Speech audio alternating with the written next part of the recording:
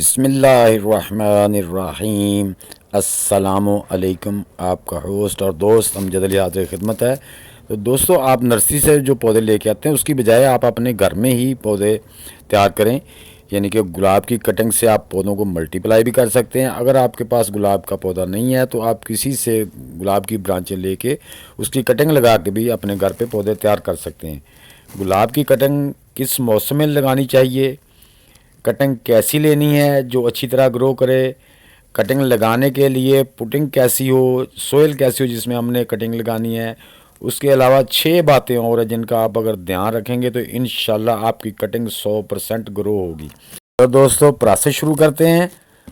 गुलाब की कटिंग लगाने का बेहतरीन मौसम बहार यानी समर सीज़न शुरू होने से पहले है, गर्मियों का सीज़न शुरू होने से पहले है।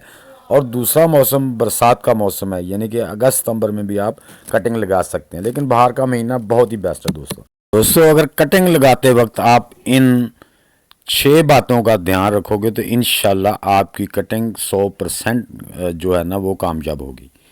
पहले नंबर पे आपने कटिंग लेने से पहले एक जार में इतना पानी डाल लेना है कि आपकी जो कटिंग है वो हाफ कम अज़ कम पानी में डिप हो जाए।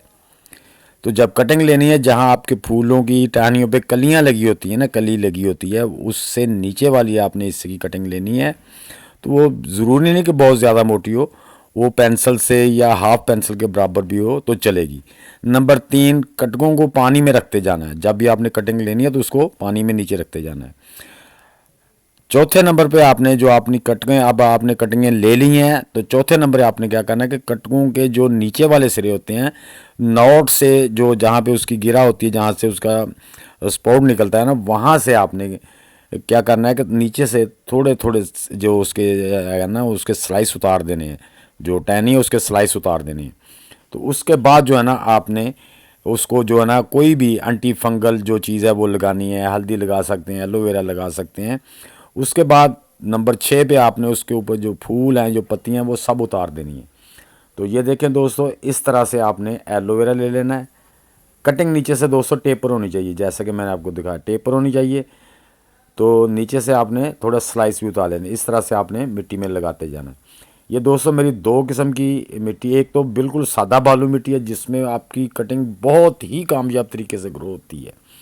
आप बेफिक्र हो जाए कि वो चीज़ लें या ये चीज़, लेकिन मैंने एक तो खालिश मिट्टी ली है जिसमें मैं अब लगा रहा हूँ, और दूसरे गमले में जो है ना वो मैंने पुटिंग मिक्स है, उसमें लीव कंपोस्ट भी है और उसमें मैंने बालू मिट्टी भी मिलाई है। हाफ जो जो लीव कंपोस्ट है, जो ड्राई लीव कंपोस्ट डिकम्पोज की है वो है, और हाफ जो है उसमें बालू मिट्टी है।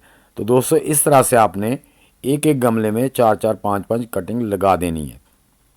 इससे होता क्या है कि आपकी कोई कटिंग मिस भी हो जाती है खुदा न खास्ता, तो आपके पास कटिंग आ जाती है। अगर सारी चल जाती है तो बाद में दूसरे गमले में इसको शिफ्ट कर देंगे। लेकिन मैंने दोस्तों वो पूरी शाख काट के ले आया था नीचे से, मैं मोटी भी लगा रहा हूँ, और साथ में जो ये देखें ये पेंसिल से भी ब्रीक है, पेंसिल से हाफ पेंसिल जितनी पतली हैं, इनको भी इस तरह आपने लगा देना है। कटिंग जो नरम वाली कटिंग होती है ना वो उसकी रूट्स जल्दी बनते हैं, जो हार्ड वाली कटिंग होती है उसके रूट ज़रा मुश्किल से बनते हैं। इसलिए आपने नरम वाली कटिंग लेनी है जो कि आपके पौधे पे जहाँ कलियाँ निकल रही होती हैं उससे नीचे वाला हिस्सा आपने जो लेना है, तकरीबन आपने 6-7 इंच या 8 इंच का हिस्सा ले लें, उसको आपने लगाना है। क्योंकि ये मैंने किसी दोस्त को कहा था तो उसने मुझे ये भेज दी है, तो मैं फिर कोई भी नहीं छोड़ रहा, सारी मैं कटिंग लगा रहा हूँ। कटिंग लगाते वक्त एक चीज़ का और ध्यान रखना है आपने कि कटिंग हमेशा सीधी लगाएं, उल्टी ना लगा देना। उल्टी लगाने से ग्रो तो कार आएगी लेकिन वो बढ़ेगी नहीं। पहले नंबर पे तो ग्रो भी नहीं जल्दी करती, उल्टी लग जाती है। तो इसका जो नीचे वाला हिस्सा वो नीचे को रहे, ऊपर वाला हिस्सा ऊपर को रहे। हाँ, तो इस तरह से आपने अपनी तमाम कटिंग लगा देनी है। और दोस्तों ये देख लें, मैं जहाँ पे बैठा हूँ शाम के तकरीबन 4:30 हो गए हैं, धूप पूरी है। तो इनको कटिंग लगाने के बाद आपने इसको फुल सनलाइट में रखना है, शेडी एरिया में बिल्कुल नहीं रखना। तो अब हम इसको जो है ना पानी से एक बार अच्छी तरह इसको तार कर देंगे ताकि इसके अंदर से जो भी एयर वगैरह है वो भी निकल जाए। तो पानी देने में भी आपने कंजूसी नहीं करनी, पानी अच्छी तरह देना है ताकि हमारी कटिंग जो है ना उसको दोबारा जल्दी से पानी ना देना पड़े। को फुल सनलाइट में रखना है। हाँ, अगर आपके पास कोई प्लास्टिक का ऐसा जार है पेट का जिसमें रोशनी अंदर जाती रहे तो वो उल्टा गमले पे उल्टा रख दें, कवर कर दें ताकि अंदर ह्यूमिडिटी बन जाए और हमारे जो ब्रांचेस लगाई हैं, जो कटिंग हमने लगाई है, वो जल्दी से रूटिंग का जो सिलसिला है वो शुरू कर दे और वो जल्दी से अपने स्पाउट निकालना शुरू कर दे। तो दोस्तों, उम्मीद है कि मेरी ये छोटी सी वीडियो आपको अच्छी लगी होगी। अच्छी लगी है तो इसे लाइक और शेयर लाजमी कर दें।